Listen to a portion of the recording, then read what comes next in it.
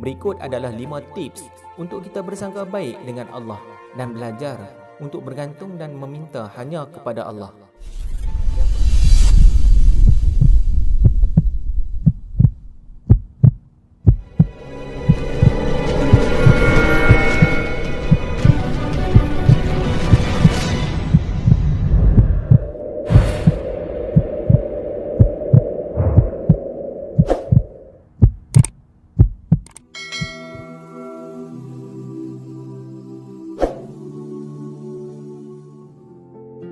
Wahai sahabat, wahai teman-teman, bersangka baiklah terhadap Allah dan belajarlah meminta dan bergantung kepada Allah Subhanahu Wa Taala.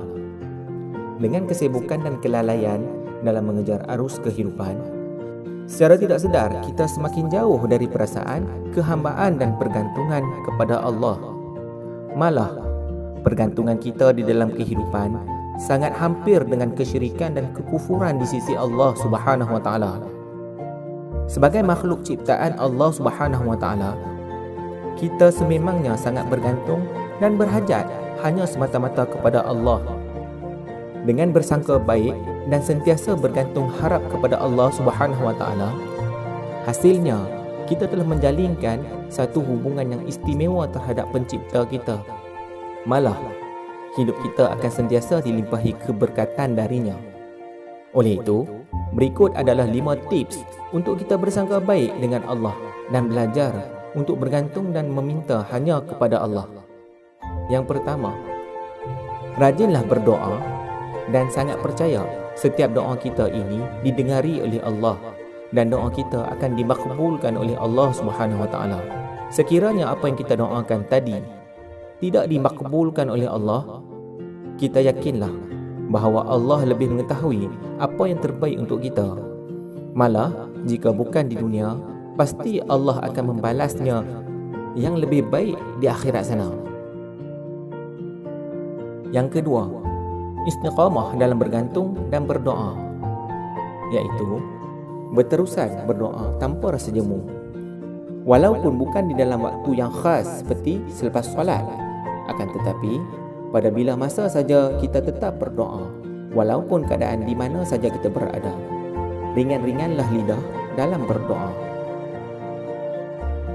Yang ketiga, mintalah apa saja walaupun benda yang remeh, kerana setiap urusan kehidupan kita sememangnya diaturkan oleh Allah Subhanahu Wa Taala.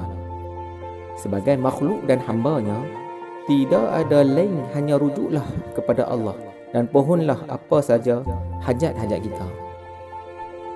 Yang keempat, muhasabah diri, iaitu kita periksa adakah urusan kehidupan kita ini telah kita uruskan mengikut kehendak Allah ataupun mengikut kehendak nafsu kita.